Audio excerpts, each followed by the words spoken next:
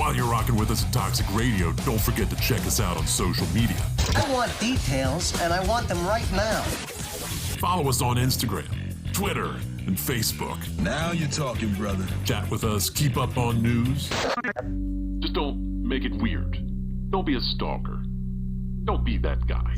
You just want to suck the joy out of everything. Toxic Radio. Get infected. Time to whip out your Christmas balls. Oh my God. But Toxic Radio's Kick-Ass Christmas.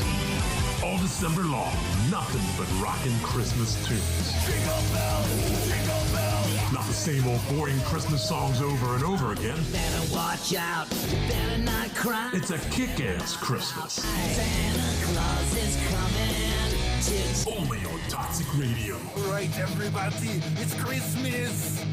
Let's And don't play it safe. Play it toxic.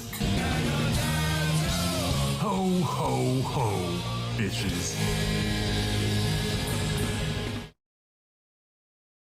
All sports talk shows are the same, right? I am bothered by everything. You gotta go back to football school. All of this guy, it's just immeasurable. Wrong. In a world filled with talking heads more interested in their own celebrity than actually knowing the sports world, it's hard to find the people who really care about sports first. Look no further. Wire to Wire has it all covered. These guys have the knowledge and the cred to back up their opinions. No hot takes to get attention, just straight up opinions. Know anyone else who correctly called the 2020 World Series and March Madness? How about 70% on the NFL and NCAA football last year? You don't. Bottom line, these guys know their shit. They aren't doing it for attention, they're doing it for passion. Wire to Wire, live every Wednesday, 8:30 Eastern, only on Toxic Radio and wherever you find podcasts.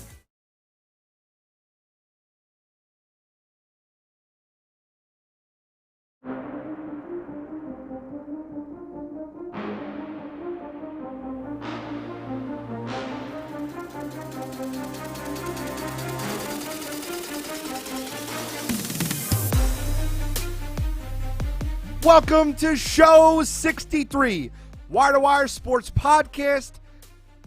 To my right, I have Scholastic Shally, Uncle Shally. What's up?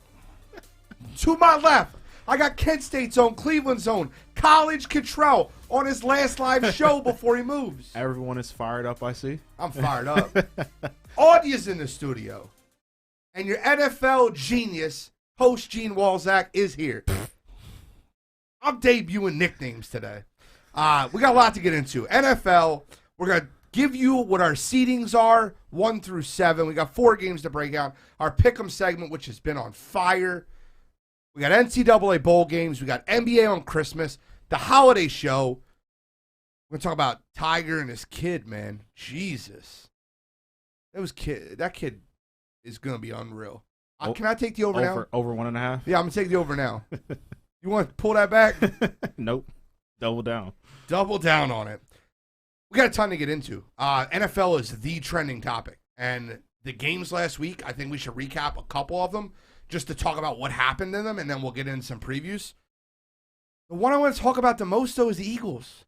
Eagles played last night. It got down 10-0. A lot of hate. A lot of Jalen hate. Came quick. 20 for 26, 3 total touchdowns. Kid looked good. And that throw to Greg Ward was a dime. Touchdown. Yes, I guarantee you, Bill over here is going to be. He didn't throw the right route. They talked about it today, but maybe we can get into it. That's fine. Control. You're a Grinch today, I see. I'm not a Grinch. You're a mean one. God forbid somebody tells the truth about a quarterback in this city. Good Lord. I mean, it was a good throw was a good throw. Whether it's the right route or not, it was a good throw. It was a better catch.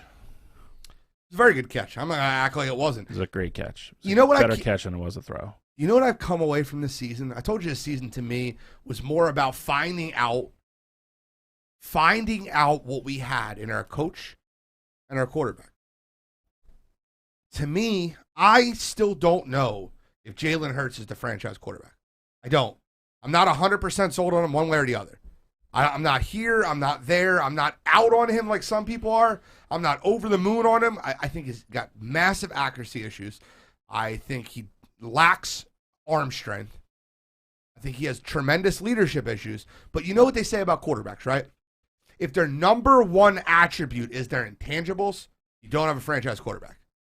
And that's Jalen Hurts' number one attribute. But I tell you what I am sold on. I'm sold on something. And it didn't take me 16 games to get sold on it. So where are we at right now? We're at 13, 14? 7-7. 14 games. Took me 14 games, but I'm sold on it. Nick Sirianni. I'm sold on being a head coach of the Eagles. I'm sold on being the right hire. I'm sold on it. I'm more sold on him than I am Jalen Hurts, but I don't know what that's saying. I'm sold on Sirianni, Bill. I am. All right. So tell me your percentage on how sold you are on Sirianni and how sold you are on Jalen Hurts. Again, we differ on Jalen. I don't think Jalen's the guy. I think Jalen can be a nice, average, run-of-the-mill NFL starter. You're going to have to put an amazing team around him for him to win a Super Bowl. He's not a franchise guy. For as many good things as he did last night, he's still doing the same exact things he did the first week he started. You already alluded to some of them. He has huge accuracy issues. The touchdown to Greg Ward, again, he threw the wrong route. That ball's supposed to go through the back of the end zone. They talked about it today. Ward made a great adjustment, made a great catch, made a touchdown. Arm strength, he absolutely underthrew the touchdown last night. If he leads Smith across the field, hits him in stride, it's a touchdown. He underthrew him and the cornerback by a solid 2 yards. There's certain things you're just never going to be able to do in the offense with Jalen Hurts. That being said, I will give Sirianni credit in the fact that he started the year one way, realized it wasn't going to work that way, and started playing to his strengths, started running the ball, keeping time of possession up for the team, keeping the defense off the field for longer periods of time, keeping them in the game, keeping them competitive. I will say the guys seem to play for him. That's always a plus. It's always a huge thing in the NFL when if guys don't tune out your head coach. It's very big what happens in the locker room when they talk. They obviously listen to him. They're obviously bought in on him. And then, you saw it last night after the fumble. Like, he got in Jalen Hurts' ass when he was coming off the field about the fumble. I loved it. I love that. I think if you gave Sirianni more of a franchise guy, I think he can definitely be the guy. And like I said, I'm more sold on him than I am Jalen Hurts. Control. From an outsider's perspective, I'd like to hear your opinion of this. Jalen Hurts, Nick Sirianni, who you more sold on?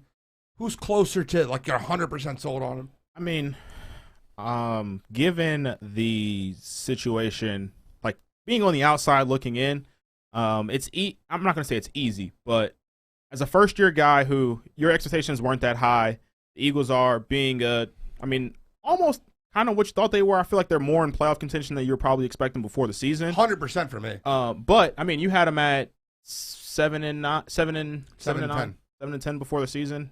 So I mean, they're probably going to get a couple more wins than that. But I would say I'm not 100%. I'm not 100% sold on either one yet. I'd be more sold on Sirianni. The thing with Jalen though is that for what you have right now, Jalen's okay. You're not. The aspirations right now in Philadelphia aren't to win a Super Bowl. Of course, every fan wants that, but that's not the expectation right now. Jalen can get you through for what you have right now. And for Sirianni, I think the big thing for you guys would be to seeing that, hey, our identity is run the football, and he's doing that. Whether it's Miles Sanders, I know Bill's upset Miles Sanders doesn't have some more touchdowns on the season, but whether it's Miles Sanders or Jordan Howard, Boston Scott for a little bit, like, he's getting all these guys the ball, and even Jalen Hurts in the run game. Like, we knew coming in that he was a dual threat quarterback, but just how he's had Jalen in the offense. Granted, he's not perfect. He's probably not a franchise quarterback, but at the same time, he's doing what he needs to do to keep you competitive and get you to win tight football games. So I have Jalen Hurts right now as the 18th ranked quarterback in the NFL. And like, that's where he is. I don't think he's a franchise quarterback, but he's a leader. And I feel like he's a guy that can move your offense until you get to that franchise quarterback. But I'm not 100% out on the guy either. Like, I want to see him play more. Like, I know Gardner Minshew isn't a franchise quarterback. Correct. Like, I'm not 100% sure. But what I do know is Nick Sirianni. I'm not, like, this is going to sound really asinine. I mean, it's Bill Belichick and then who? Like, Nick Sirianni could be an outsider for Coach of the Year. I'm not even trying to be smart. They don't have talent on the Eagles roster. They don't. And I will give Jeff Stoutland a blank check. That's the Eagles offensive line coach, if you don't know. I give him a blank check. What he's doing with that offensive line is absurd. Kelsey's still running down the field. You've seen Lane last night running down the field. Jordan Mailata, you lost Brooks. You lost Dickerson. Herbig filled in. Sumia, oh, Jesus. The guy's name, left guard. Suapeta filled in last night. He's doing a great job with that offensive line. And when I look at the Eagles roster, you have Darius Slay and you have an offensive line. That's it. I don't think they're a top 25 talented team in the NFL. Position for position. I don't. But it's like I could say like teams that are like in different positions are way more talented than the Eagles. The Eagles are more, their record is better than their talent. I'm not saying I disagree with you, but I feel like going into the season, you guys felt like you were, obviously you need more pieces, but you felt like you were a quarterback away from really competing. And, you know, if you get a top five, like say you get a Russell Wilson or a Deshaun Watson, like where would you assess the Eagles at that point? Like would you consider them a top 5, top 8, top 10? Like where would the Eagles be with a franchise quarterback? So I think if they have a franchise quarterback, you have now a franchise wide receiver with Devontae Smith. Okay. I think you're not seeing that right now because you don't really have a franchise quarterback. You could see, like you've seen that play he made on the sideline, right? Like that catch he made on the sideline, the toe drag. Like he's a franchise guy. He is. I think he needs someone to line up across him. I think that person could be Allen Robinson. I would love to get that in the offseason. That's a reasonable expectation to line up on the opposite side of Devontae Smith next year. And you have Devontae Smith and Allen Robinson. And then you give Hurts, unless you can get Deshaun Watson or Russell Wilson, you give Hurts another year and see what he does with another wide receiver and 3 more guys on your defense, and you continue to run the ball. That's the way I see the Eagles. I need to get into that because, like, I watched the game last night, and I'm like, you know, dude, the first drive of the game, Dallas Goedert makes a ridiculous drop. I've never seen anything like it that turned into an interception, and then Hurts holds the ball too long. And I'm glad Sirianni got in his ass. Down 10-0. I'm just not putting a ton of stock into beating that Washington team last night. That's all. 27-17 against a team that was missing. But it's not just that team though. Like you saw it in the Chargers game. Like he held them close. Like he was battling. The Eagles just haven't beat a good football team this year. That's a fact. I agree with you 100%. But if the expectation isn't to win a playoff game, like why are you supposed to beat good teams? He's in year 2. He's with a team that has because if not you're that a much franchise talent. quarterback and you're going to take a franchise to the next level, you need to beat good football teams. He's yet to do that. I mean, but who was Joe Burrow beat? I mean, like he has that Ravens win, but I mean he shit the bed against the Chargers. Most of the good teams that Joe Burrow's faced so far, he hasn't been great, and the Bengals haven't won. Would you take Jalen Hurts over Joe Burrow? That's not the point. You got to be a franchise guy. To be a franchise guy, you got to beat the good teams. And I'm just saying, Joe Burrow hasn't done it. That's all I'm saying. Joe Burrow went into Baltimore and smacked them. That's a division game, though. That's a divisional game. Well, they beat Minnesota, who's a 500 team in the playoffs. Baker Mayfield beat Minnesota. I'm not impressed by and I'm Minnesota a Herbert guy, win. for the record. Going over that. I still think that Burrow and Herbert are going to be top quarterbacks for years and years to come. I think they're both really, really strong talents. Promise you, everybody in the city would take Joe Burrow in a heartbeat if we could get him. I'm not comparing the two. I'm saying that beating good teams isn't the only criteria, especially when you have a team that's not loaded full of talent. He needed a COVID-riddled Washington team to get his first win against the NFC East as well. He was 0-5 until last night. Fair point. Listen, Bill, I told you I'm not and this is the problem with this. Like you feel like you're either on one side of the fence. I don't want to be on a side of the fence. I'm still on the fence. I'm hanging on the fence. Like I don't think he has elite arm strength. Obviously he doesn't have elite. I don't think he has elite accuracy. I've been saying all year when the Eagles fans get too high on Jalen Hurts, I want to bring him down a peg. When the Eagles fans get too low on Jalen Hurts, I'm trying to bring him up a peg. I feel like I just want to see 3-4 more games with him. You've seen 17 games so far. The Correct, accuracy has not improved. The arm strength isn't going to improve. Like he's maxed out at where he is. He's going to throw the ball. He's a run first guy. Everybody's bringing him to play last night as well. You had You had Watkins standing literally between two linebackers that were 10 yards down the field. And he ran. That's a very never picked up his head. Same thing you did on that Never play. picked up his head. He made his first read to the right, which was covered, and he took off. That's what he Chris is. Cargan just said the same thing. What he's going to be. At this Option point, one, not well. You can't say the option one and then run is what he's going to be, because the more and more he progresses in the NFL, he's going to be able to read defenses better and be able to go through his progressions. That no quarterback How many rookie games year. How many games are you giving him to do that? Like how long 25. are we? So now you're giving him in the next year. Yes. Okay, so then Unless I can get a premier quarterback. Then you're stuck. Well, no, I'm not stuck. But Right right now, now, this though, quarterback Watson- class stinks. right now he Not just talking about he draft basically day. just completed his first full season. I mean, you still got a Watson- few games left, but he only started at the end of the season last year, and 14 games so far this year. Watson is going to get traded. I would love him. I'll take him and I'll cut bait But on you Hurts take right away. you take Watson over 26 other guys in the league, so that's not. I'll give Houston 2 first-rounders. I'll give them a player of their choice for Deshaun Watson right now. Not named Smith or Slay. I'd give the same thing with Baker in Cleveland, so I'm with you. I feel like Hurts might have more value than Baker. He does. I mean, He does. You know what you have in Baker. you're 7-7 with a chance to make the playoffs. I'm just saying you shouldn't be completely out on Jalen Hurts as being your starting quarterback. Bill Brancato Needs to show me something with different. his passing game as it is. If he gets better at going through his progressions, he could be a top 15 serviceable quarterback. The problem with that, Bill, is, and I agree with you, I think that's exactly what he could be. A top 15 serviceable quarterback normally doesn't win. There's outliers, but normally doesn't win the playoffs. Normally doesn't win. But do you know what that makes him then? And I agree. Matt Ryan. No, I mean, that's the same player, but it makes him Teddy Bridgewater. That's what he makes you. He's better than Teddy. Not by a lot. He's better than Teddy now. It's just, He's better than Teddy ever was right now. I disagree with that. Teddy had that run before he got hurt, man. What run? Minnesota? 5-2? What are we talking about? Like, that's the run? Teddy looked Get outta good. here. Teddy looked good. Teddy was never good. Let's get into this week's games. First of all, stop. Is there any other games last week that you really just wanted to talk about? I know you don't want to talk about the Browns. No, of course not. Saints Bucks was a boring game, but that was an interesting game to watch. Seeing the Bucks get shut down like that. Granted, I know a lot of their star players went out with injuries. Now you know what Carson Wentz dealt with last year.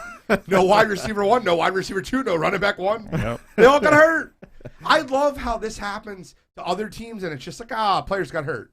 But when it happened to him last year, it was No he excuses. sucks. Yeah, no excuses. no excuses. He lost Chris Godwin, Mike Evans, and Leonard Fournette all in the first half of the game. To be fair, before that happened, though, they weren't moving the ball particularly well anyway. But It's fair. Oh, well, you left out the part where you had to take away Tom Brady's starting offensive line too. Yeah, I forgot. about that. Minus the center. Minus the center. Michael Robert Lafferty brought up Detroit, Arizona.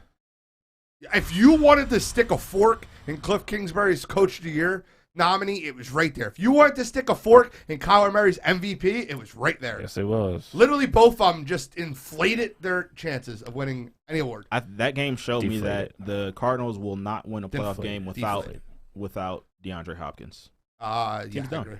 They're done. They might play. DeAndre Hopkins might come back for the playoffs.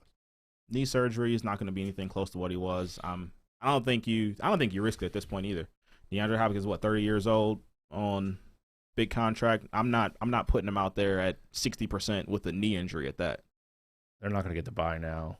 So, I hate it. Well, no, Green Bay's got that. well, that's what I'm saying. So they're They're not going running to away with the this. play. They're not going to win the division. They're probably going to be a wild card team. So Tom Brady's iPad. Chris Cargan. What do you think about it? Surface tablet. You know the funny thing about the Surface tablet is, and so many people bring up a great point about this.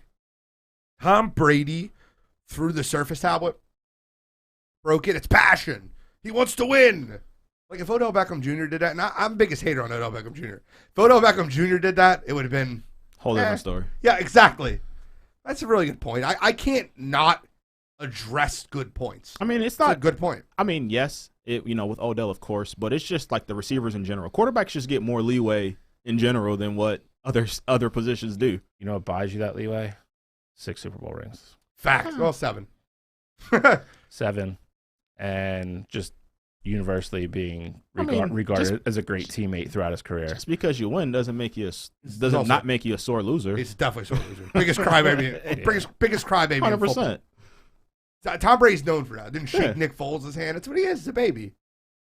We got games this week. Titans at 49ers. We're going to start with that one because I think these two franchises are almost identical. They're like, we don't have everybody. If the you know what the messed up part is? If the Titans do what I think they're going to do and make the playoffs, they could have their best offensive games in the playoffs. Derrick Henry's 2 weeks away from coming back. Yeah, they're going to get Derrick Henry back. And they're getting A.J. Brown back. Yep. They had Julio last week. Julio's done. Pulled a hammy again. So he's done, retire. They'll probably get him back in the playoffs as well. So, yeah, I mean, that's a team that. They sat him for 5 weeks because of his hamstring, and he came back in and pulled it right back. He's like 34. That's what happens. I just think he tore it worse than. I think they were just trying to cover it up, and they just kept saying it was strained, and he obviously did way more damage to it than that. That division is going to get real interesting if they lose this week. They'll be identical records with 2 weeks to go. I said that 6 weeks ago. I think that division is going to go down to the wire, and I think it's going to. I think Indy's going to win this week. I think Tennessee's going to lose, so they'll be tied after this week. Okay, I actually agree with you. I think that the 49ers win this week because the game's in Frisco and two offense. What, it's in Tennessee? Yeah, pretty sure. Oh, it's a different story. But Taylor Lewan and Saffold are out. Yes. So you're missing two linemen. Like I said, you get A.J. Brown back, but you lose Julio. AJ's probably not playing tomorrow. They said he was. I saw it. Last thing I saw, it was. I saw something today. Slim chance. Well, I saw something today that they were going to activate him and play him. I guess. I figured. Titans on the tiebreaker over the Colts. And I actually think the Colts lose this week. I don't think it makes sense for them to bring him back on the short week. I mean, regardless, you're not going to win or lose because A.J. Brown was out there. Obviously, A.J. Brown helps you. What? You're not going to win or lose because one receiver is not out there. I completely disagree with you.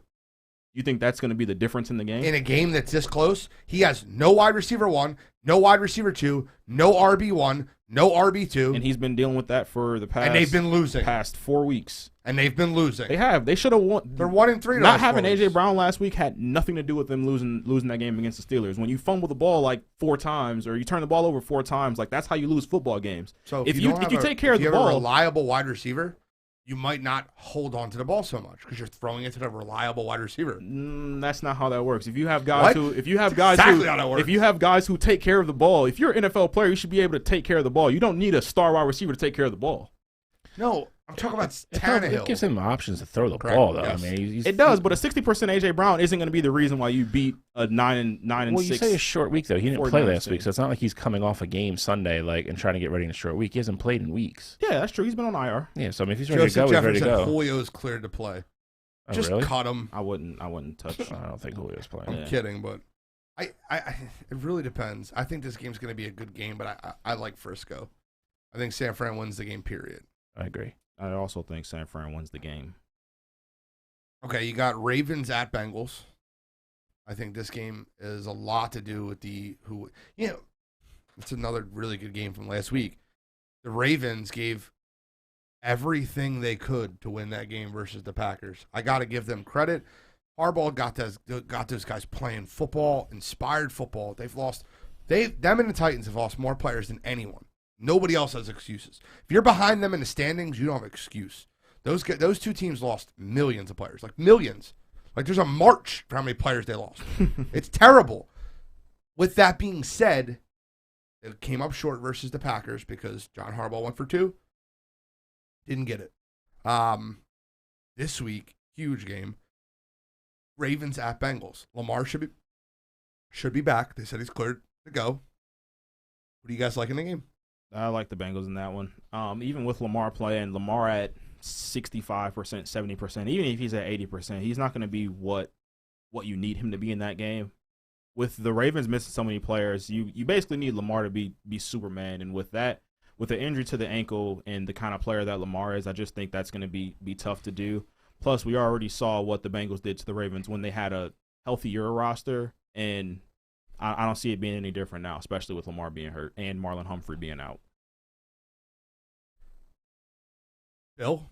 I'll take Baltimore. I like the Bengals in this game. I do. The Bengals just struggle to put teams away. I've watched them too much the last couple weeks. They just struggle to consistently put points on the board. Chase is now kind of like a boom or bust guy. Exactly what he is. Yeah. Well, I mean, again, I think they're going to be able to throw the ball, but I think Baltimore's offense will be a little bit different as well. Obviously, they saw what they did last time. They'll game plan differently. I just like Baltimore to gut one out. Cincinnati just hasn't instilled any confidence in me to get up and just win big games when they were supposed to. They had San Francisco at home. They gave that game away. They've given a couple other games away this year. They're one of those teams that's in the middle. Just you never know what you're getting, effort wise and execution wise, week to week. Well, it's an absolutely fair point, but the one thing I will say to you is with the 65% Lamar, and that's being generous if he's at 65%. We don't know if he's at 65%. I think that's a generous. No? I don't know. Did you look at his ankle? I don't know. I looked at it. Does anybody know what it is? I examined it. I mean, if you saw the play, his ankle is in bad shape. Yeah. I mean, listen, he might not play. Can we argue what he is? Like what you think he is? I think he's at 65%. That's where my number is. Even if, I think best case scenario, he's at 80%. I don't think 80% Lamar beats. I think the even Bengals. with an 80% Lamar, I think the Bengals are better at every position on the football field. I agree with you. Every position. Wide receiver, quarterback, running back, offensive line, defensive line. Every position on the football field. Yep. Due to the injuries, obviously. Of course. Like, I think the Ravens are a better football team all healthy. That's not where we're at. Except tight end. Tight end. You're absolutely Ravens right. got 'em You're right. beat. You're right. You're right. And kicker. Well, obviously kicker. Obviously kicker. I mean, that does not need to be said. Although, I will say this. That kid McPherson is going to be the next really good kicker. He's legit. Now, he's not Tucker, and I don't think he'll never be Tucker. No. But that kid McPherson will be the next big thing. I'm not worried about Mixon being banged up. He's fine. Doesn't fit my narrative, RJ. Come on. They still got Jamar Chase. Jesus, he's been buster recently. Up until last week, he had 4 horrible games in a row. Yep. He had a good catch in at the San Fran game. He's back at the end zone. Very drop friendly. Those preseason drops are coming back. Yeah. The football's different. Remember, it's getting cold. Can't see without the stripes. Yeah. Did you remember that was the dumbest comment? Well, then go out and play with the jugs machine for 4 hours before and then see the ball. Am I wrong? No, I mean he. Bro, if you're Jamar Chase and you can't see the football properly and you're the number 5 overall pick, what are you doing? Your full-time job is to see the football properly, right? Get on the field, be on the jugs machine for hours. To be fair, though, after the season actually started, he was doing what he needed to do. He didn't drop anything for a long time. Yeah, so, you're right. I mean, yes, it's happening now. Kid's still a rookie. He's already over 1,000 yards. Like, he might sneakily be an all-pro receiver this year. So I still want to give him his credit. Yes, he's been boom or bust lately, but he's still got 3 more games to show what he's got. And the division's tightening up, so they're going to definitely need him. They are. We'll see. So I'll go Bengals. You got Bengals. Bills got the Ravens. We got Colts, Cardinals. Colts coming off a win on Saturday night. One of my picks went 3-0 in NFL this week. Let's go. Detroit, you also went 3-0 NFL. That is correct. Bill, did you go 2-1? I believe. No. You got 1 wrong. I think I got 1 and 2. Okay. But Colts were one of my picks. I love them over the Patriots. I think it's like the second time ever Bill Belichick's lost coming off the bye. Jonathan Taylor's special. What I will say, though, is, and, coming from King Carson supporter, he played fucking terrible, dude. Mm-hmm. He was trying to throw that game away. Yeah. What the hell was he doing out there? It's that funny. was awful. It's funny because if you look at his numbers, it looks like, you would say, Carson didn't have a good game. They probably didn't need him to have a good game. But, like, if you were actually watching the game, it was like, well, the Patriots have no business being in this game. Carson's just throwing it away. They got Taylor bottled up for the most part, up until the end, of course. And the Patriots are they're not moving the ball on offense, but they're finding a way to keep this game close, keep the game close. He had 1 pick and 1 fumble. He should have had 4 picks and 1 fumble. Yep. They dropped 3 picks. Yes, they did. And that out pattern that they threw, that the guy dropped it was like right in his hands. One of them was J.C. Jackson. Yeah, it was bad. Got a million picks this season. He played really bad. With that being said, I think this is a high-scoring game. I think Carson bounces back. I think that Jonathan Taylor is still going to have a great game. The Colts offensive line, the Eagles offensive line are got to be the top 2 offensive lines in football right now. And the Browns, obviously, but you guys have been hurt. Exactly. I think it's a high-scoring game. I like Arizona in a shootout. I like Indy. Spread tells you Indy. Spread tells you Indy. I mean, I think you've seen it the last 2 weeks with Arizona. Their defense can't stop anybody on either facet of defense. They can't stop the run. They can't stop the pass. I think Indy has enough weapons that if they sell out to stop Jonathan Taylor, I think Pittman and those guys will get behind him, and I think they'll score. And I like Indy's defense way better than I like Arizona's. I think Indy gets enough stops in that game to win that game.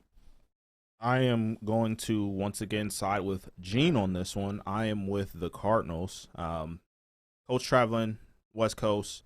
Feel like, the spread is very indicative of how they think that game's going to go, only being 1-point favorites at home. But coming off that loss to Detroit, that's really a slap in the face for you. If you're Cliff Kingsbury and Kyler Murray, you're like, hey, we got to get this going down the stretch if we're going to be a legit playoff team. And granted, the Colts are in a very similar position. I just feel like this is going to be the game that Kyler Murray goes out there and he wins them a football game. Say what you want about Cliff, say what you want about how that offense has been looking. I think this is the game where Kyler Murray is just going to, play lights out football. And he's going to find a way to get a win against a really good Colts team. You know how much I like Kyler. You know how much I like Carson. You know how big a fan I am of both. I'm here to trash both this week. Kyler Murray is showing me week after week, and his stock, like my stock in Kyler Murray, is going down. It's plummeting. It's crypto in December, bro. Kyler Murray's stock right now is, I hated him yelling at AJ Green on that pick he threw. It was your third read in the progression. You watched it. He went left, middle, right.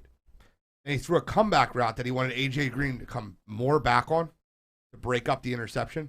A.J. Green was running an out pattern. Kyler wanted him to run a comeback. And instead of chasing the guy down, the guy got an extra 15, 20 yards because Kyler's throwing his hands up, yelling at A.J. Green. That's not a leader, bro. That is not a leader. That's not what leaders do. I'm a Kyler fan. I think his talent is through this world. But you can't do shit like that. That's not being a good teammate. That's not, like, I love Kyler. Big Kyler fan. You guys know, notoriously, that's not the way you handle yourself. And, a veteran guy in that locker room, like A.J. Green, if I'm in the locker room, I'm shaking him up, dude. Little ass 5'9" Kyler going to yell at me for running the wrong route. Screw you. Your thoughts? I mean, I feel like that's a situation where it's probably not something you do in the locker room. It's probably something behind a little bit more closed doors. Granted, I know, locker room as closed as can be, but around everyone else, especially at this point in the season, Kyler's only in year 3. I don't think you want to put that much division within the team. Granted, I do think that AJ Green does need to speak with Kyler about, what happened and making sure they're on the same page, but you don't want I think Kyler was trying to be a leader. He just did it the wrong way. But you don't want your franchise quarterback feeling like there's tension, especially if everyone else around you sees what's going on. You don't want him to feel like that down the stretch and on a playoff run. But I 100% agree, though. AJ Green and the vets need to talk to Kyler about how to handle a situation like that, because that was not the right way to do it. I like everything you said, except Kyler Murray was trying to be a leader.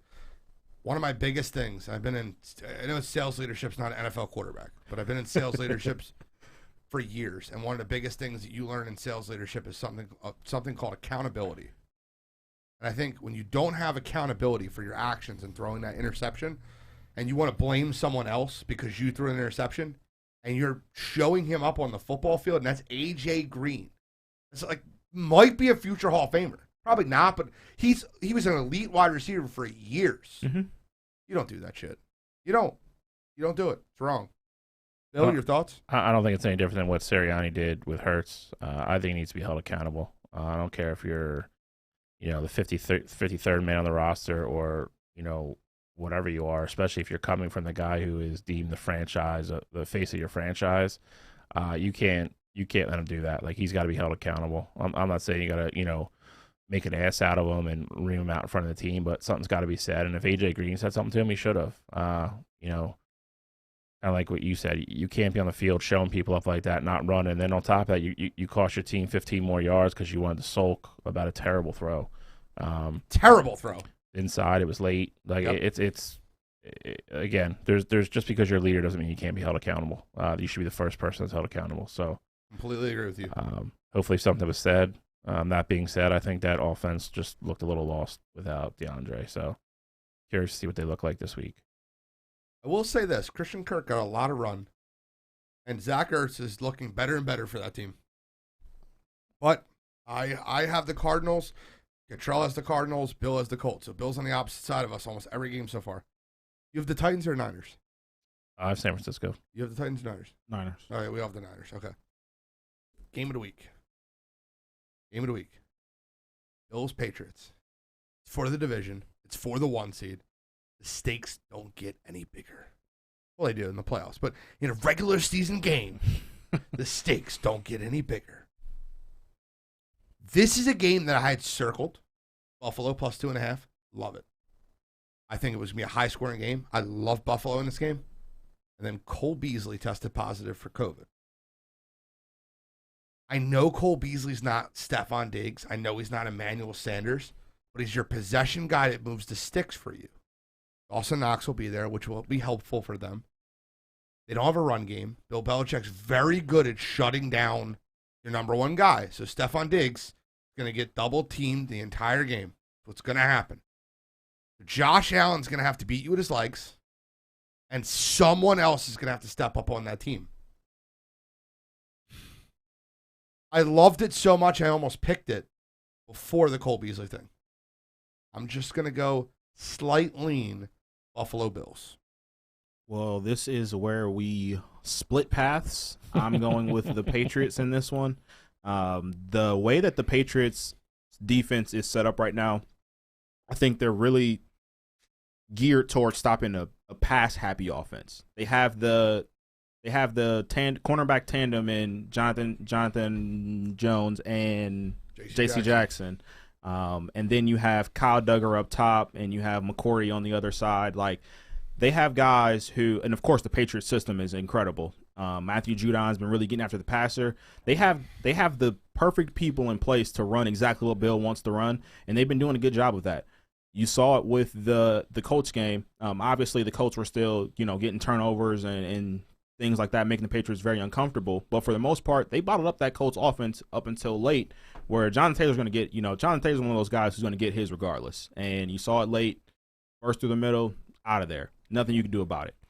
But I think this game with that Bills team, especially with Cole Beasley being out, they're going to, like you said, Gene, they're going to double team Stephon Diggs. That's going to make that Bills team very uncomfortable. And I think that is going to be the difference. And I got the Patriots winning this one. Tight game. Probably go 27-23. If I was picking it, I would say 24-21 Bills. I like the Patriots 23-17. I think it's a close game. I think it's a good game. Again, I think what it boils down to, I think New England's defense is going to win that game for New England. I think Mac Jones and the offense will do just enough. Buffalo's defense the last 5 or 6 weeks just hasn't been what it was at the beginning of the year or what it was last year. They're giving up points. They're giving up big plays. Again, I think Mac and, Josh McDaniels draw up enough big plays to get them the points they need. And, like you already said, he's going to take Diggs away. You have no running game to speak of whatsoever. Josh Allen is just going to continue to do his thing and try to win games for that team. He's not 100% either. He's banged up. I just don't know where they're going to get the points from. I mean, there's no coincidence the Bills' defense fell off a rock when Tre'Davious White got hurt. Yeah. I mean, that's their rock. That's their guy. Again, Bill Belichick at home in December. It's hard to bet against them. No, you're absolutely correct. That's why I said it's really close. I thought with that possession receiver, I thought Buffalo would move the ball more. I think rivalry games, you would see a little bit more of it. I think the Bills are chomping at the bit to get back at them after that win and-dated game. But it's a really tough game to pick. I won't be picking it, obviously. The other thing, too, with the Bills is that we'll get into it soon here, and this is probably I'm kind of stealing your thunder here with the segue, but the Bills, as good as we thought they were going to be this year, there's an outside shot they don't make the playoffs. And, winning this division is very important for, both these teams for making the playoffs like that. The AFC is tight. And granted, the Bills have certain tiebreakers over certain people, but man, that the AFC is so tight right now. It's important for both these teams to go out and try to win the division. Well, Segway Simpson comes through again. We did our top 7 before we do pick them. We'll do our playoff brackets, our top 7 for each conference. I guess we'll start AFC since your segue was so perfect. Would you like to begin with us? Sure. Give me your set. You want to go 7-1 or you go 1-7? I will go 7-1. Okay. So I think 1-7's go 7-1. 7-1's better. So, a number 7 seed, I have the Fighting Carson Wentz's, the Indianapolis Colts. I think they get that last playoff spot. My number 6, I have the Los Angeles Chargers. Number 5, I have the Buffalo Bills. My 4 seed, I have the Tennessee Titans getting it. My 3 seed, Cincinnati Bengals. They find a way to win some games, and they're going to win the AFC North. My 2 is going to be the New England Patriots. My number 1, Kansas City Chiefs. I'll go second here because I have the same 7 teams, just did different orders. So my 7 is the New England Patriots. I think they lose this week to Buffalo, and I think that the Colts win 2 out of 3, and they hold the tiebreaker over them. Number 6 is the Indianapolis Colts. I think the San Diego Superchargers or LA Superchargers win out, and they're the 5 seed. I have the Bengals finishing as the worst division winner as the 4 seed at 9-8 or whatever, or maybe 10-7. I have the Titans at the 3 seed. I think the Titans have Jacksonville again and Houston, or they have a pretty cakewalk after this week. Yeah. I have the Buffalo Bills at 2, and I have the Kansas City Chiefs at 1. I have the Buffalo Bills at 7. I have the Chargers at 6. I have the Colts at 5. I have Baltimore at 4. I have Tennessee at 3. New England at 2. Kansas City at 1. Okay, so I'm the only one that has New England dropping down a ton. That's fair. Interesting, Bill, that you have the Ravens in there. Is that? I'm assuming that's. I just think they're going to find a way to win 2 of those games. Quote the Ravens. But is that also you assuming that Lamar is going to come back and play the last 3 games, or just? I think if Huntley plays this week, they'll still beat Cincinnati. Huntley has played. I know it sounds silly, and I know it's not any credence to it, but people are calling for Huntley to start. It's not everybody, and I know Lamar's Lamar, but people in Baltimore are calling for him to start. He played really well. Played great last week. It's funny. He starts that Cleveland game. They win the game. It's true. Probably. I mean, I just saw something that was talking about Harbaugh being the quarterback whisperer. Like, it's crazy that, Flacco, and then you got Jackson, now you got Huntley. Like, no matter who's in there, he gets these guys bought into his system and run exactly what you need them to run to put you in a position to win a football game. Edie, you can't say that's insane without telling me what's insane. Tennessee's got San Fran, then Miami, then Houston. That's their last 3 games. So they're 2-1. All right, so NFC starts off, shall we?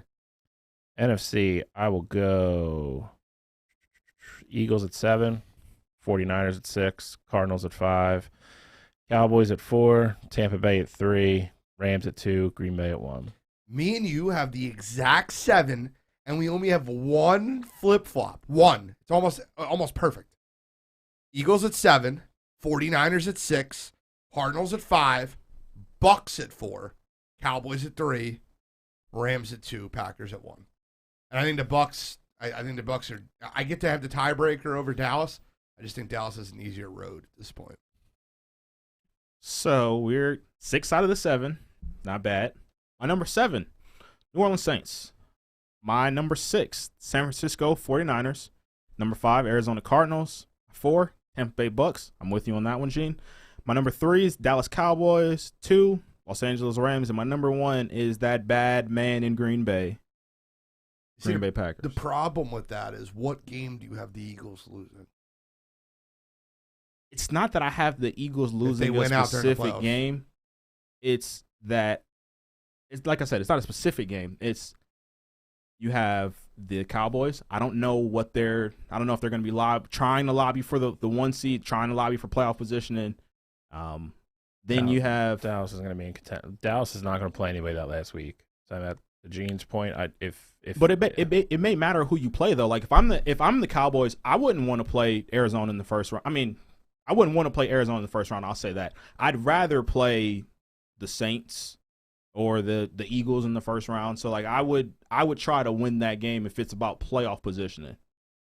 My thought process is the Cowboys, the Bucks are missing a lot, and I don't see how they're going to win out, especially when the division's already wrapped. And the Eagles have the tiebreaker over the Saints because they beat them head to head. So the Saints would almost have to leapfrog the Eagles 2 games for the Saints. No, just one.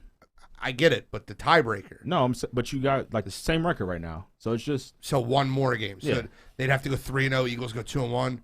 Which is, I think, with the Saints' schedule left, they got the Dolphins, the Panthers, and then the Falcons. Okay, like so they have 3 winnable games. They also have 3 losable games. Dolphins. They have 3 winnable games, and they have 3 losable games. They don't have a losable game. The Panthers stink. Don't even bring them up. Scam Newton should have never got brought back. He's goddamn scam. I should have never started this year. He's the worst starting NFL quarterback in the last 50 years. Right now. Oh, my goodness. Right now. I'm not talking about his career. He's terrible right now, bro. He's really bad. He's really bad. Garrett Gilbert or Gilbert Garrett or whoever the hell started Tuesday. Yeah, exactly. James and the Giant Peach. I don't care. They're all better than Cam Newton right now. He's terrible. He's really bad. All right, so there's any shot he's in football next year. Yeah, I mean, he'll be a backup somewhere. Oh, you know what? I think he said it perfectly. You don't bring Cam Newton in to be a backup because he's a distraction. Yeah. He's Cam Newton. Correct. He said that perfectly on the interview with his dad. I love that interview, by the way. Nothing against Cam Newton. He was an MVP. This Cam Newton, his shoulder's banged up, dude. From dropping his shoulder and trying to run defenders over, his throwing shoulder is just different, bro. Been for 4 years, man. I lost all respect for him in the Super Bowl. When he didn't dive on a ball? Yep. Yeah, I hear you. Let's get into Pick'em. Let's go. Who's going first? I'll go first. I love it. All right, so you laughing at me? I'm hyped today, bro. I know. I'm sorry. I see it. First game, I got the Dolphins at Saints. I like the under in that one. It's already low. It's 38.5. I still like the under. I don't think either of these teams, the Saints defense, Gene loves to say they play better at home. They went on the road last week against Tampa Bay and played great defense, but I think they still bring that same energy. They are going to keep that Dolphins team out of the end zone, and I think that's a very low-scoring game. I like the over in the Jags at Jets game. It's at 41.5. Neither team plays defense, so a lot of points being scored in that one. Neither play offense. Neither team plays offense. That's true, but with this new offensive coordinator over in Jacksonville, they're giving James Robinson the ball a little bit more. Trevor Lawrence with that Jets defense. Beat by 14 by the Texans, bro. I was just saying how many points they scored last week. Hey, Jets, whole different beast. That was a divisional game. It's different. I'm kidding. You'll see. Then I like the Rams -3 at the Vikings. I think the Rams are finally going to get it going. They're going to get some guys back from the COVID list, and I'm not a believer in this Vikings team. The problem with that is it's a dog shit setup for the Rams. They played on Tuesday night. Now they got to go at Minnesota, right? Yeah, it's at Minnesota. I hate that setup. I hate that. I just like them getting a lot of it. They're getting some guys back from the COVID list, and I don't think Minnesota has. Michael Robert Lafferty. Minnesota's frauds. 15 guys out with COVID. As if they weren't worse. You're getting you started with the trash truck driver quarterback. You're getting, I don't know, the U-Haul guy is playing quarter now. That's terrible. Bill, give me your 3. I have 2 of the same games as Cottrell. I like the Rams -3 over Minnesota, and I like New Orleans -3 over Miami. I think the Rams are starting to play their best football. To Cottrell's point, I think they're getting everybody back this week. And I think they're starting to hit their stride. Cooper Kupp is just unstoppable. I like them against that Minnesota team. I think they're just going to go in there and win. To kind of Cottrell's point, I'm not a huge Minnesota fan either. They're kind of the same grouping as the Raiders, the Bengals, that whole group of teams to me. They look good one week, they look terrible the next week. I don't have any confidence in picking them, so I'll take the Rams -3. Third game I'm taking Indianapolis plus 1.5 versus Arizona. I think Arizona's in a slump. I think not having Hopkins against that Colts defense. Again, I like the Colts defense against their offense. I think they get enough stops. I don't think they'll be able to stop Jonathan Taylor, and when they do, I think Indy's gonna be able to throw the ball. So Arizona's defense has literally been atrocious the last 3 weeks. So I don't think it's magically going to get better in a week's period of time. So I'll take Indy plus 1.5. So I'm mid-60s now in the NFL picks this year. I hate this week, though. It's really tough with COVID. It's really tough. Please look for updates on Saturday. I might change a couple picks outside the one I have for tomorrow night. I hate this week, guys. I'm just being clear. Like, I don't feel strong about it. I'm picking 3 because I pick 3 every week. I have the 49ers -3 on Thursday night. I think that the Tennessee Titans have had massive problems moving the football. I think that the 49ers defense will travel well, and I think they'll get enough stops and win that game by more than 3. One game I really do like is I like the Bears plus 6.5. I think the Bears, Justin Fields is playing inspired football. I think that they played really good defense versus Minnesota, and I think they kind of got screwed by the refs a little bit in that game, which was baffling. Yep. And did you notice that they didn't kick the extra point when there was a 7-point spread? I get it. There's no time left, and it wouldn't affect the game, but it was really interesting that didn't hit on the spread. And then I have the Bengals -3 versus the Ravens. I just think that right now, this Bengals roster is better at every position. The outside head coach and kicker and tight end. That's it. That's my picks this week. All right, so I didn't roast you. This is what I mean. I like Kevin Byard. I told you when we talk about Kevin Byard being a top, Dante's on here. I got Kevin Byard, and Gene roasted me for having Kevin Byard in my top 10. I did not roast him for Kevin Byard. I've always liked Kevin Byard. Check tape. Want to check tape? Like old school. I did not roast him. I don't know what he's talking about. I've always loved Kevin Byard. Played with him in Madden. Remember he's my middle linebacker last year? All right, let's move on. We got bowl games. Bowl games. Let's talk about bowl games that happened so far. What was your favorite one so far? Don't you say Wyoming versus Kent State. You're thrown out of here. Told you that was coming. Pick a different one, Shallcross. Damn it. Picking Wyoming versus Kent State. No. My favorite. I have to go back and see who played.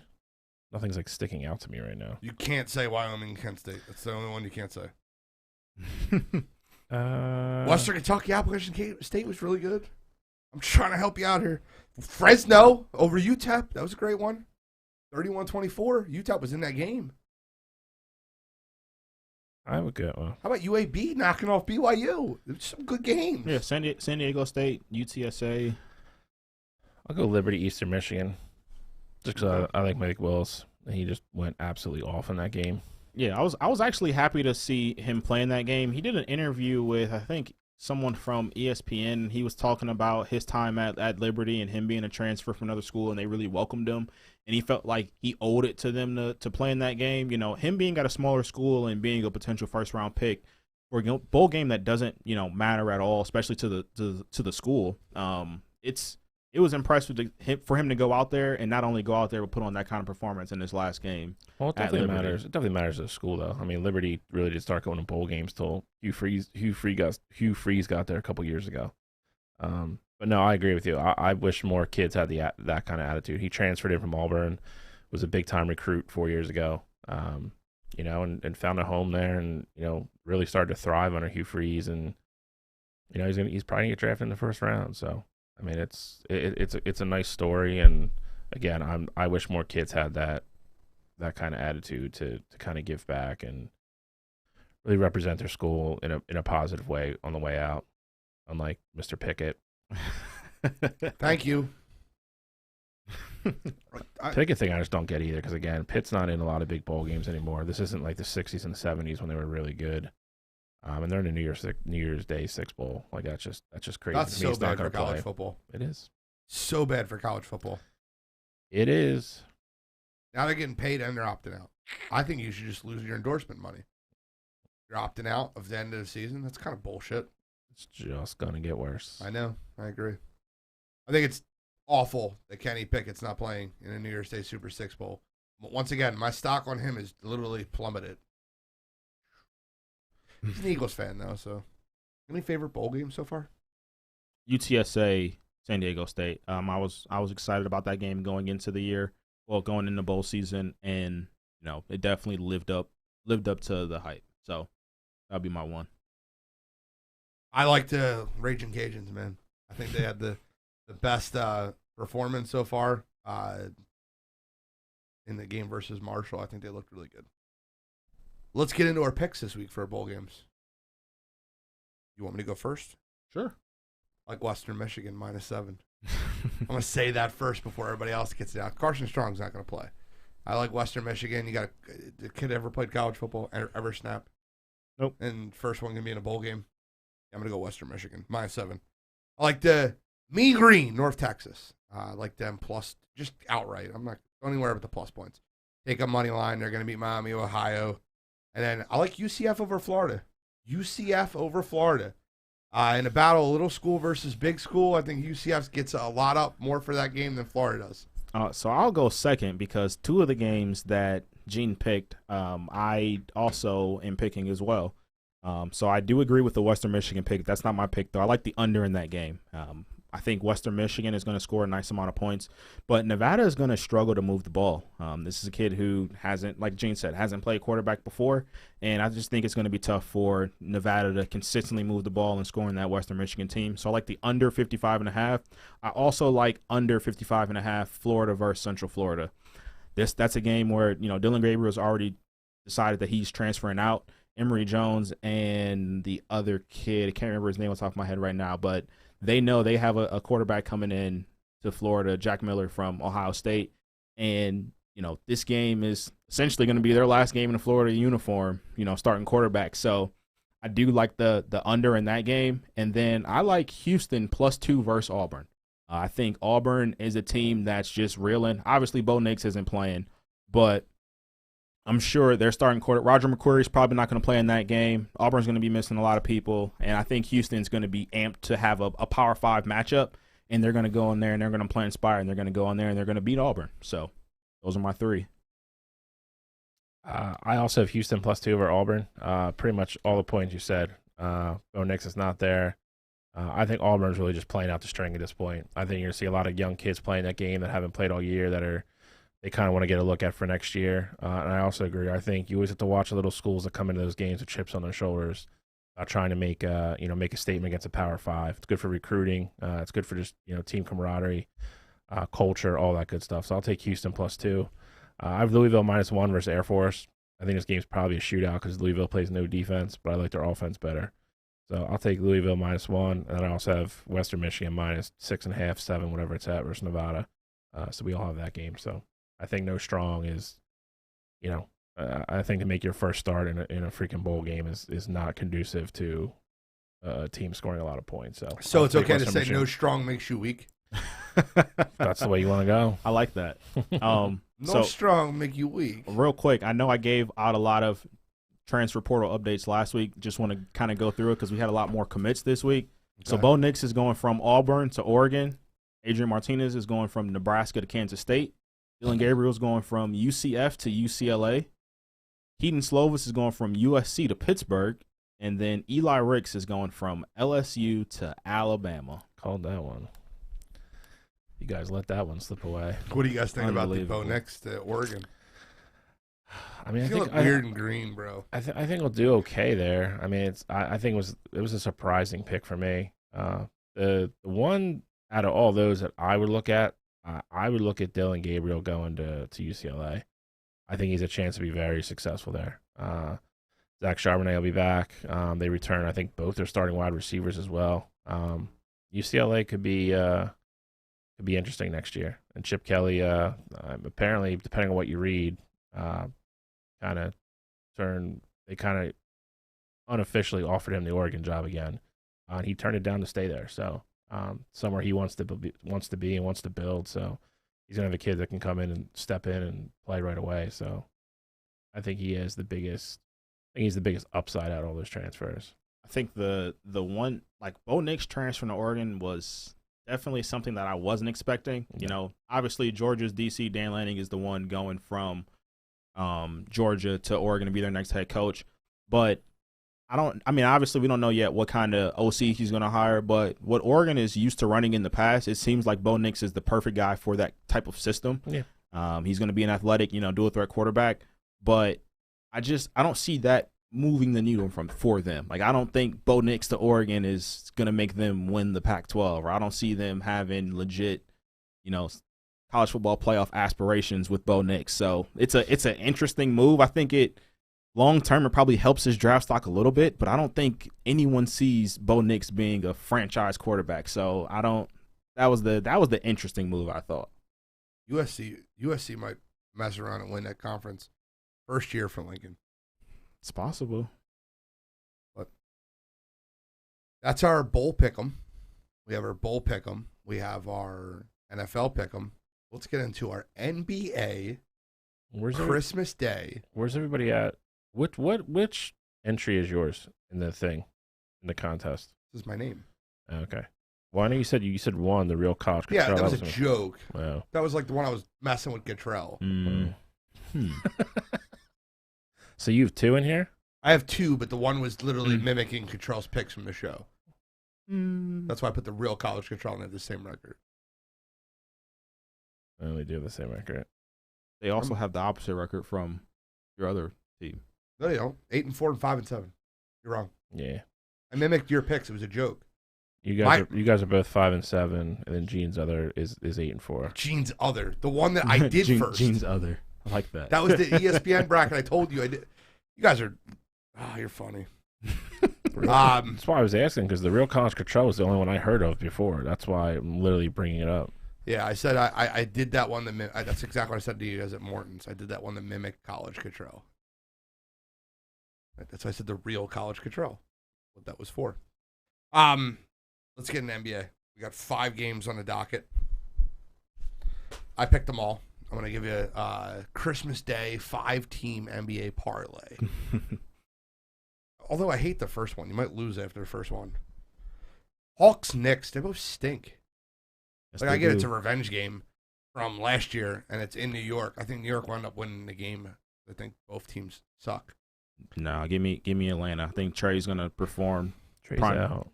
Is he out? Oh, yeah, he did just get out. They had two other guys go on again today. That game's going to be half these games are going to be garbage. You see that they're getting their ass beat by Orlando right now, right? Yeah. I'll take the Knicks. They're at least tougher team.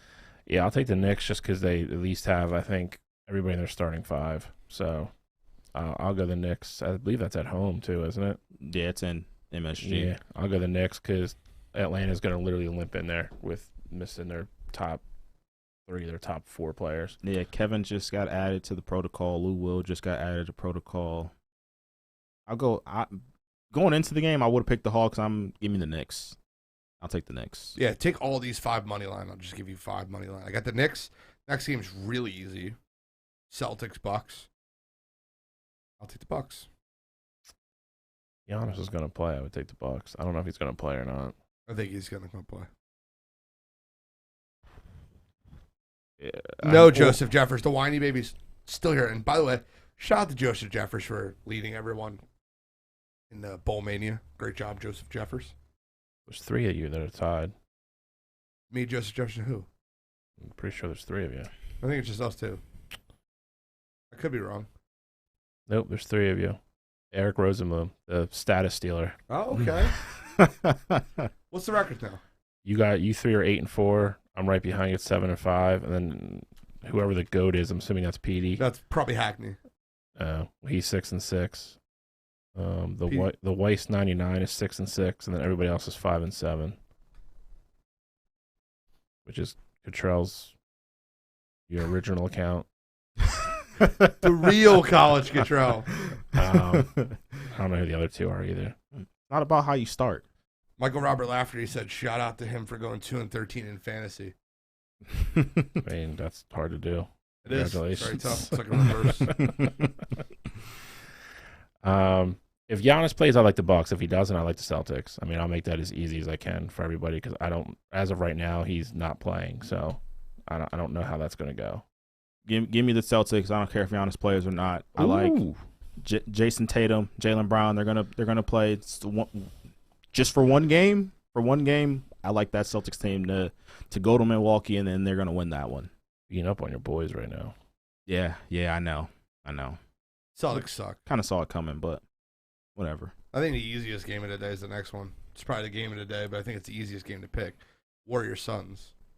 Yeah, it's definitely. I think no doubt about it. Game of the day. I'm going Phoenix in this one. I think the energy in Phoenix, for this game is going to be absolutely wild. Devin Booker, Chris Paul, all those guys are going to be on fire.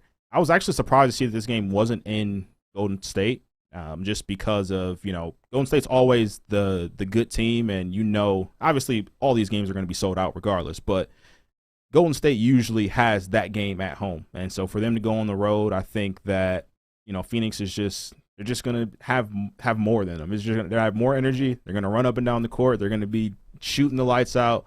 I'm going Phoenix in this one. Yeah, I think the biggest indicator is they don't have anybody to stop DeAndre Ayton.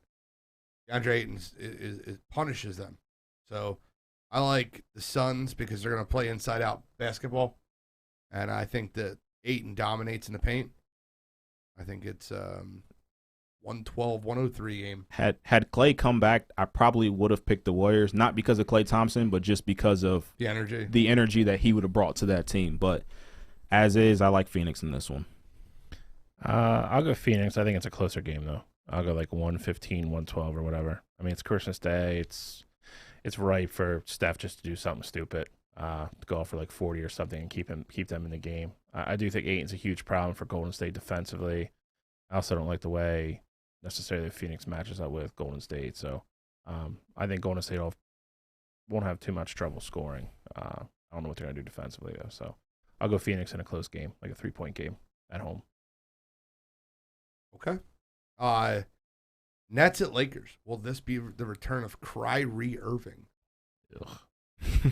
It's possible. He might make his first game. I'm not going to lie. There's so many people in this game that I do not like. Everyone needs to hope that Kyrie plays in this game because it is shaping up to be a dud. Anthony Davis is already hurt. You got Kevin Durant, James Harden in protocol. If you go into this game where it's Blake Griffin and Patty Mills versus LeBron and Wayne Ellington, I don't think anyone is, chomping at the bit to see that. So is Russell in protocol too? He cleared. Russ did clear. So he was in it, but he got 2 negative tests, so he cleared it. He cleared. So it would be better with him not there, though. God. This could have been such a good game. Like, could have been. Obviously why they put it at the 8:00 game too, and it's just going to be awful. There's no shot Durant is playing, so your only hope there is Kyrie and Harden both play. I don't know what kind of shape Kyrie's in. I'll go Lakers just out of the absolute lack of options here. How do you feel about the NFL and the NBA compete on Christmas Day? I think the NFL is going to destroy the NBA. NBA is normally king on Christmas Day. I think NFL is going to do well. With it falling on a weekend, I think people are just going to do their Christmas stuff and watch football like they normally do. I think that it's going to be the opposite. I think NBA is going to do better. I just think NBA is going to have easier access. Granted, people are going to find a way to watch the NFL, but I think with the Christmas Day games, it's a lot of people have tradition of, it feels like, Thanksgiving is football, Christmas is basketball. And granted, I agree with you. And granted, this time around you're going to have both. And I'll be locked in because the Browns are playing.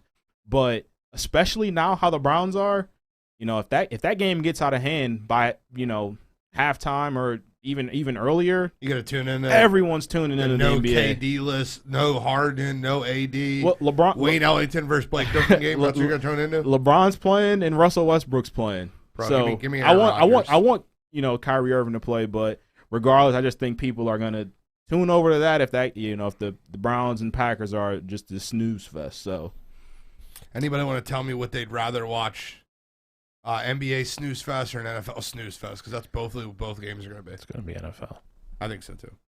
The 4:30 games on Fox too, so access isn't going to be an issue. And I think the Colts Cardinals is one of the better games of the week. I think that's probably a really good game late Saturday night. So. I mean, Golden State Phoenix is going to be competing at the same time. Like, that's also a good basketball game. That's the best basketball game in Yeah, today. correct. It's the only good one. Yeah. Yeah, you might be right. Yeah, Well, Mavs Jazz is going to be good. Not Not true. without Luka's out. Oh, Luka's out now. Oh, it's even That's better. a snooze fest too. Yep. Utah's gonna walk them. We were talking about this.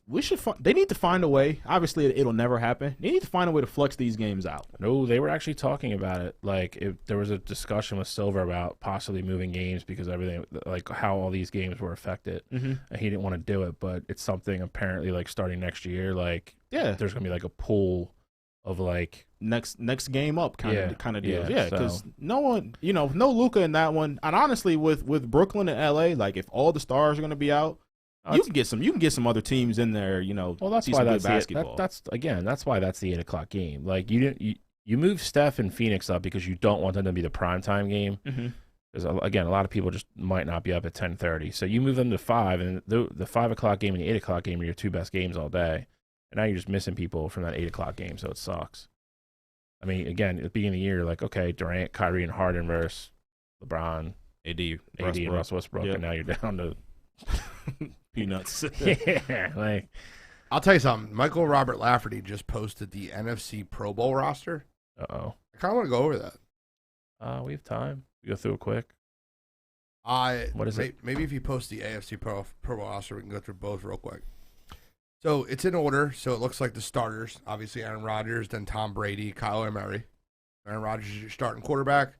Tom Brady the 2, Kyler the 3. Anybody see anything issues there? No, it's just None, gonna right? suck because probably none of the three of them probably end up playing in it. It's fair. Where I found it really interesting, the NFC's really lacking on running backs. They're starting running backs Dalvin Cook.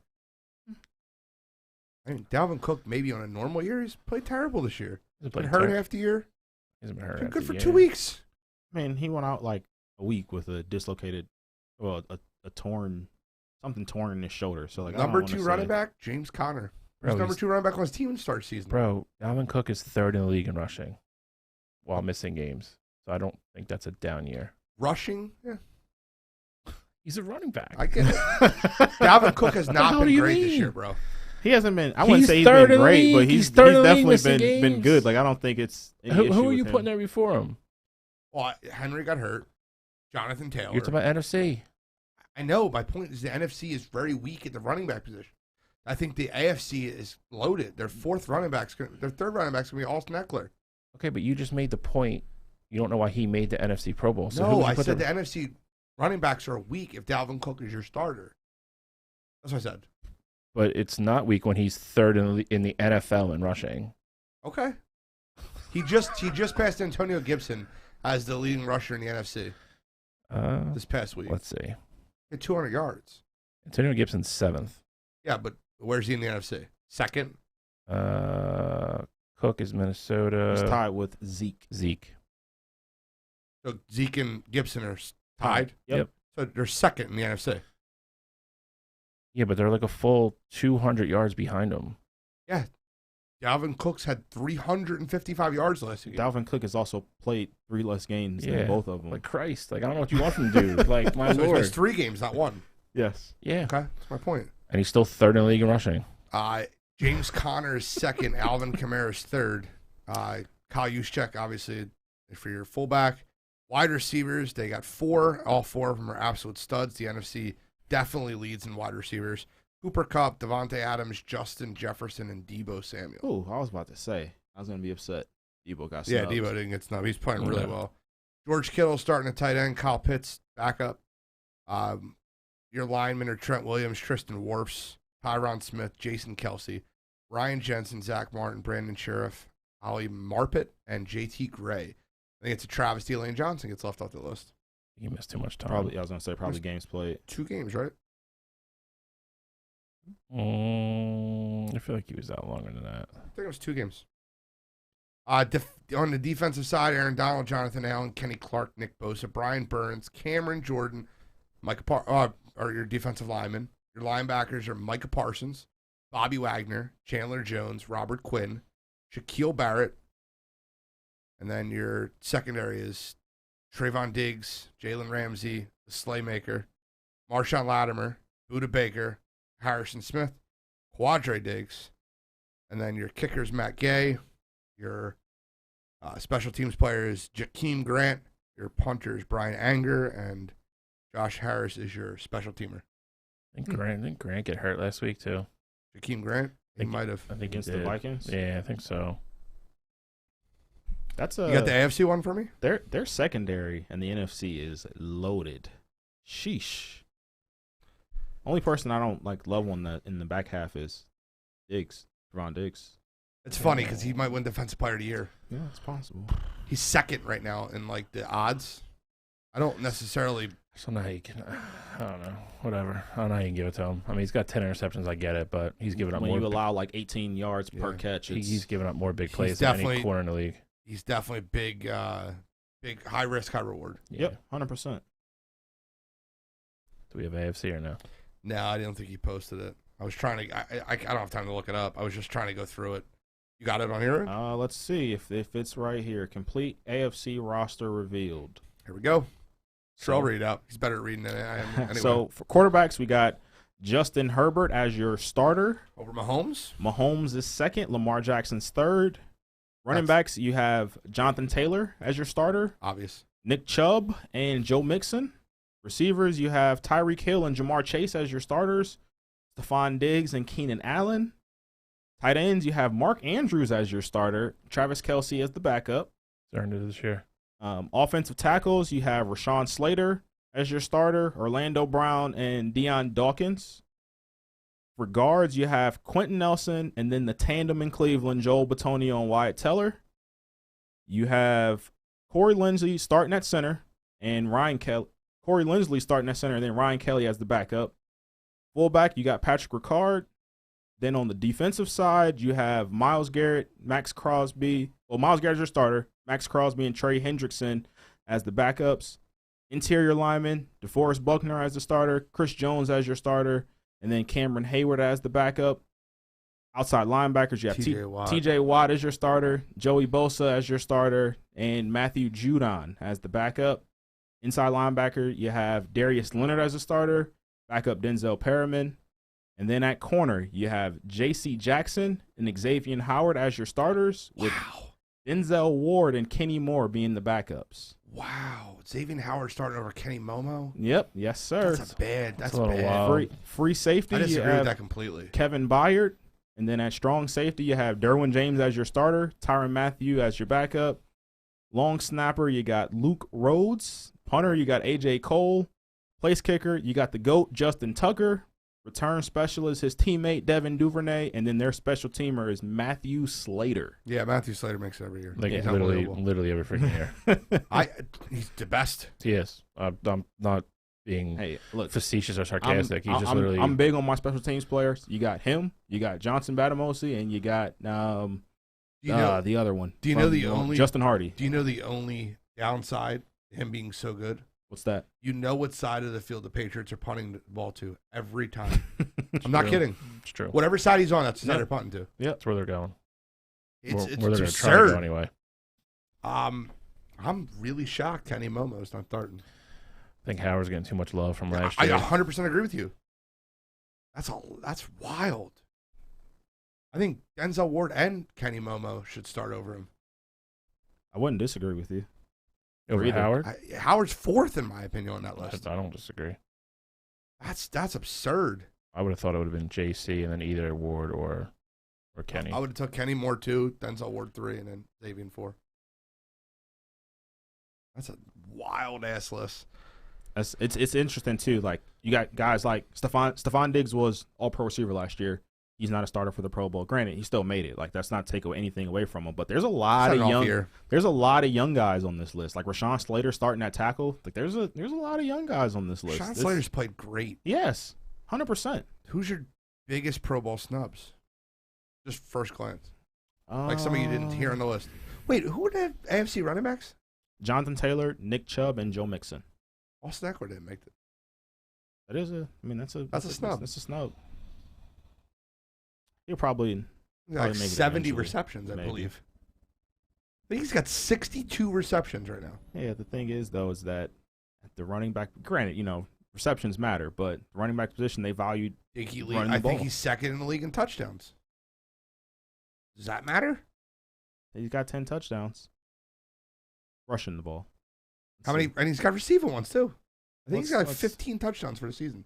Let's see. He's got 789 rushing yards with 10 rushing touchdowns, and his receiving stats. Let's see. 62 catches. The guess. That's your guess. I swear I haven't looked. 62. All right, let's see. It'll probably be less than that. I'm overrating him. 58. He has 62 catches. Are you for real? 62 catches. Are you serious? 558 yards and 7 touchdowns. 17 touchdowns. 17 touchdowns. That's bullshit. He should be on the list. He's the snub. There's the snub. Him and Lane. NFC Lane, AFC Eckler. I don't know how many games Lane's missed. I think he only missed 1 or 2. Going for a while, bro. I think he missed 2 games. Hey, right now. He's been unreal, though, at right tackle in the games he's played. Nuts. How many? So he missed 14 games in. He played 12, right? played 11. He missed 3 then. So he missed 3. Yeah, he's missed 3. My snub NFC would probably be was Akeem Hicks on that list? No. Akeem Hicks would I probably think be he's missed 3 or 4 games, too, though. probably be my guy. You know, it's really funny. You look at that Bears defense fully loaded. They're really good. Yes, they are. And even, I mean, granted. What did Kirk Cousins throw for 75 yards this week? Yeah, and they were missing pretty much their whole back half. Their whole secondary was out. So, kind of shows you what the Bears have on defense. Okay. NHL shut down for COVID? Yeah, they're shut down through Christmas. How many receptions does Mixon have? I'm just looking because he's rushing wise. He's had a really good year, so I was just curious where we're at. He's got 12 rushing touchdowns. I just don't know what he's done in passing. Oh, there we go. He's got 29, 2 touchdowns. Yeah, so it's 17-14. I get it. 30 less receptions, too. 33. Yeah, and he's got 600 more rushing yards. He had 1,300 rushing yards? He's got, I think so. Really? 1,100. 1,100. That's sorry. 400 more. Yeah, well, it's a lot. Yeah, they're going to pause. I mean, the worst thing that comes out of the hockey thing is with COVID going on that the NHL announced that the NHL players are not going to the Olympics now, which sucks because they're going to have to use that Olympic breakdown to reschedule all these games. So that's a bummer. It's going to be a huge issue because some of these, like Canada and U.S., for instance, you're making kids now picking the juniors that are on, say college hockey teams are playing juniors to either leave their team in juniors during like the stretch run before playoffs, or you're asking college kids to leave while they're getting into the conference tournaments or even the Frozen Four. So you're putting a lot of people in a bad spot. I get why they don't want to send their guys over, but at the same time, if everybody's vaccinated and you're going to seclude everybody and quarantine everybody like they said they're going to, I really don't see the huge risk in it. Make everybody stay in protocol when they come back. You do what everybody else is doing in sports. Give them 2 tests in 3 days, and if they're negative, let them go play. Like I just don't get it. It's starting to overspill in other sports. I mean, we've already talked about the NFL, NBA. We just went over how many people are missing on Christmas Day, and then Texas A&M pulled out of their bowl game today. So they don't have enough players between COVID and people being hurt. They're down to 30 scholarship players, so Jimbo pulled them out. So now they're trying to find a replacement for that game. But if not, it looks like Illinois. Oof. That's what it looks like. I mean, it'd be Penn State.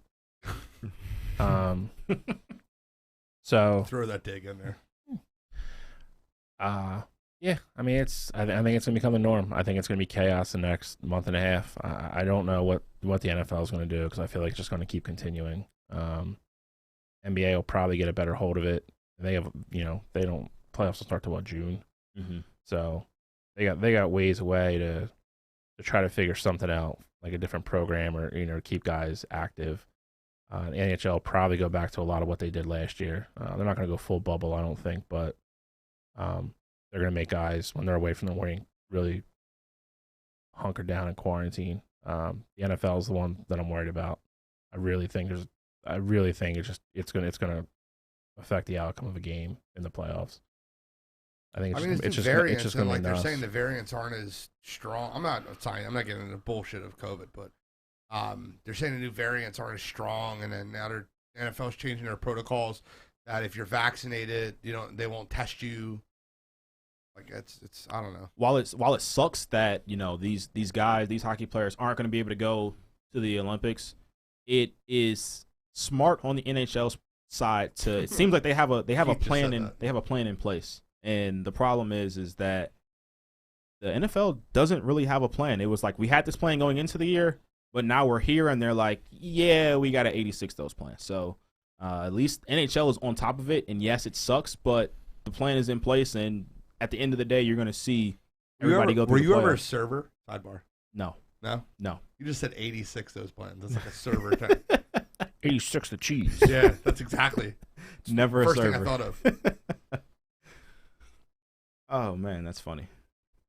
But, yeah, I mean, NFL, we'll see what happens. This COVID shit's killing me, dude. It's like fucking. You're not the only one. Let's talk about something more positive. Tiger and Charlie Woods, man, they looked amazing. Let's say, yeah. I mean, Charlie was killing it, bro. Charlie was the star of the weekend Yeah, by he far. was. I don't know. I mean, I wish we would have locked that bet in with Cottrell. The golf twist, the twirl after Yeah. the shot. The mannerisms are crazy. But again, he grew up watching his dad. I mean, it's no surprise to me that he literally just mimics everything he does on the course. He's a good little player, man. To the red polo. Yeah. Well, they got to be. man. I loved it. I loved it. That's all Nike stuff. I love it though. I mean, he's a great little golfer. I think it's funny they cut his tee box in half. I know they said they were going to do it. We talked about it last show, but he went from 150 last year back to he's only 70 ahead this year. So curious to see what they do next year. It was fun to watch, man. They birdied 10 holes in a row. It was crazy. I think they only lost by 1 or 2. They lost to John Daly and his son, which is just wild. It's a whole different discussion. But it was fun to watch. I mean, people tune in for it. I don't know why they didn't start doing this a lot more earlier on, but it was cool. It was cool to watch Ian Poulter's little son play. He's actually younger than Charlie. They like him and Charlie are becoming like best friends. I mean, it was really fun to watch. It's a neat event, so it was impressive. It's impressive to watch. Be that young and be that good at something. Big facts. Any thoughts? Yeah, I mean, it's definitely impressive to see you're not afraid of the moment. Like you're this young, you have all the spotlight on you. Obviously, we all know who his dad is, and he just embraced it and played as well as you could. I mean, there was a point we talked about it. We talked about it on the show last week. Were they going to be playing to win? And after you saw how he was playing, it was like, yes. We're here. We're trying to win this. And it's absolutely crazy. And call me crazy. Give me the under 1.5. Oh, you're nuts. Doubling down. You're nuts. I think this is a good time for it. I just want to make an announcement. Cottrell is moving back to Ohio. If you didn't know already, some woman's pulling him away. It's wild. I'm just kidding. Ouch. No, they're moving back to home. They want to be back home, obviously, around their families. That makes logical sense. We just want it to be selfish and keep him here as long as we possibly could. This will be his last live in-studio show for a while, unless he comes back and visits us. I love sitting next to you, but we'll still have him virtually. Like, the team is not changing. This is not changing anything as far as our show. College Cottrell will be here for many shows to come. He's got a microphone, and we have a whole setup to get him connected in. But it's been a pleasure working with you. It's been a pleasure working with you here in the studio and at our job, which is fun.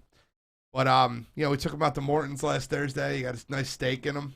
Yeah, yes, sir. How was the bone-in ribeye? It was pretty good, not gonna lie. Pretty good. Nah, we love you, dude. I just want to at least let the listeners know why you won't be in studio and give you just one more we love you. Yeah, so I appreciate it. It's been a blast, and of course we're gonna obviously still be doing this, but the part of it that you guys don't see is like us going to get food sometimes before the show, or us staying 3 hours after the show just talking about sports. That's the part obviously that's gonna be tough to be without, but I'm definitely looking forward to still being a part of the show and still talking to you guys pretty much every day and everything like that. So It'll be different not being in studio, but I'm still gonna argue with both of you just the same. And it's not goodbye. It's just see you later. As cliche as it is. Well, it won't be.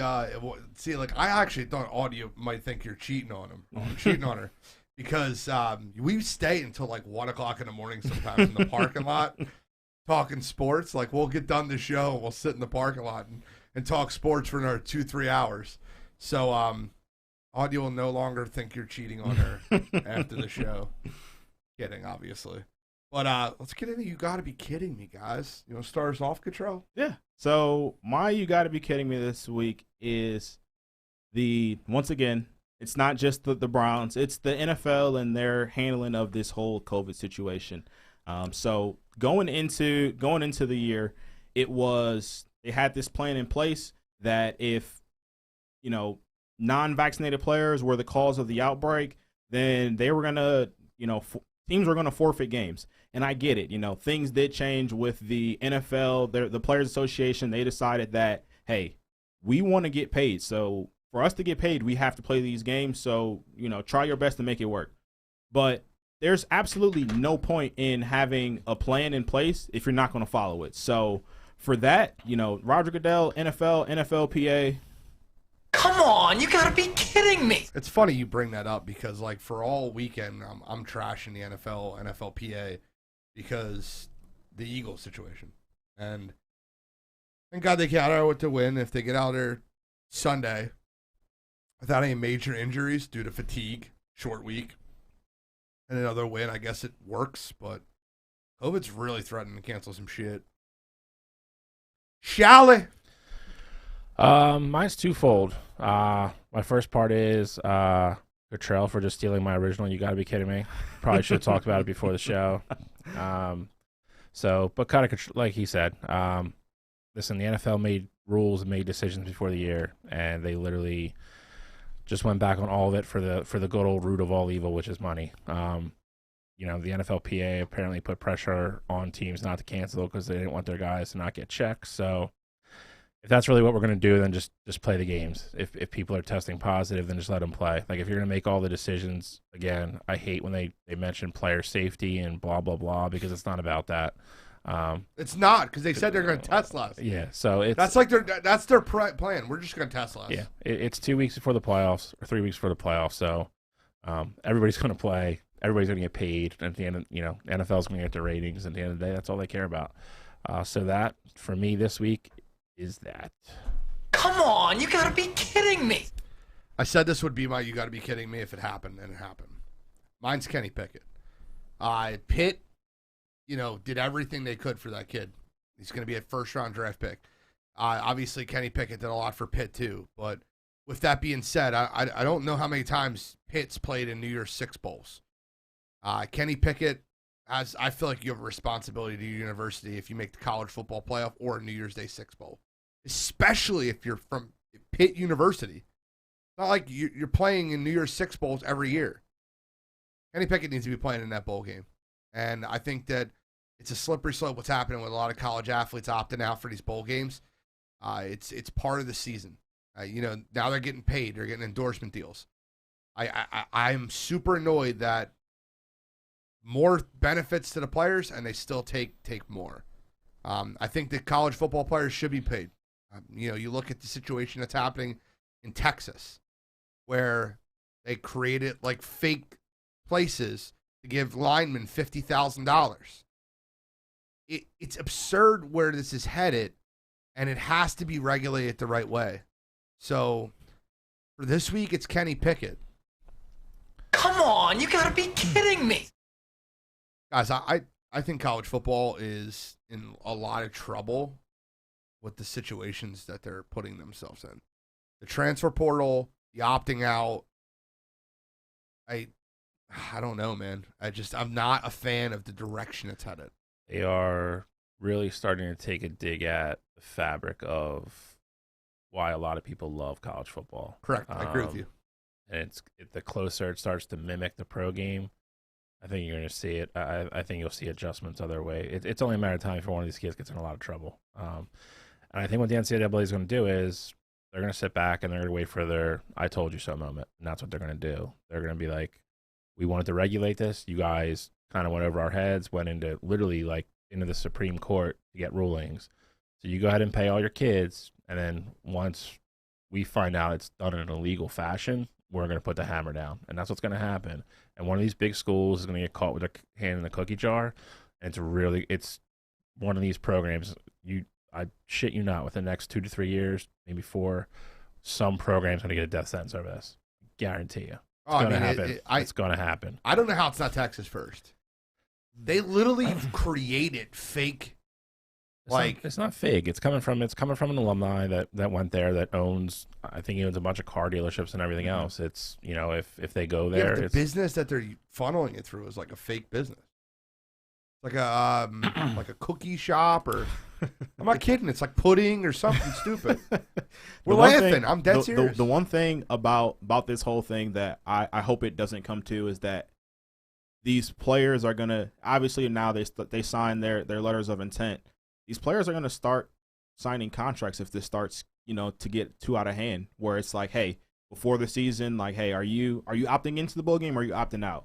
And if you do play X amount of games, you're going to get this amount of money. And that's where I don't want college football to head to. But it almost feels like at this point you have to find a way to regulate it. And I don't know what other way you can regulate it by other than having a binding agreement, like a contract. Well, we'll have some interesting things to talk about. For final thoughts, Cottrell, do you have any? Don't. I have one. You have one, Bill? I have 2. All right, you're going to get the Merry Christmas one? Always. I know.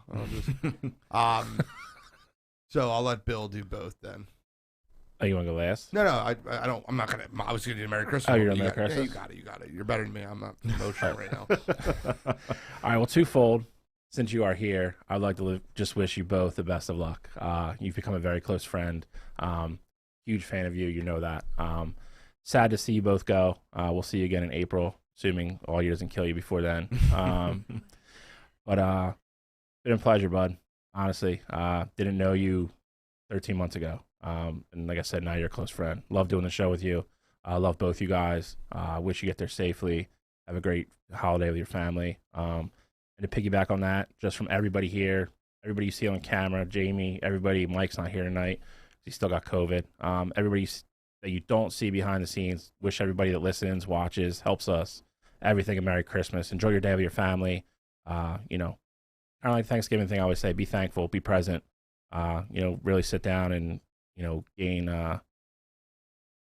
like a really big, really good perspective of what you have. And, with the way the world is and crazy with COVID, with everything, just be thankful for your health. Everybody that's there having Christmas dinner with you, your family, your friends, your loved ones, everything. So, Merry Christmas, Happy Holidays to everybody from us here. Enjoy the time spent with your family. Merry Christmas to all, and to all, good night.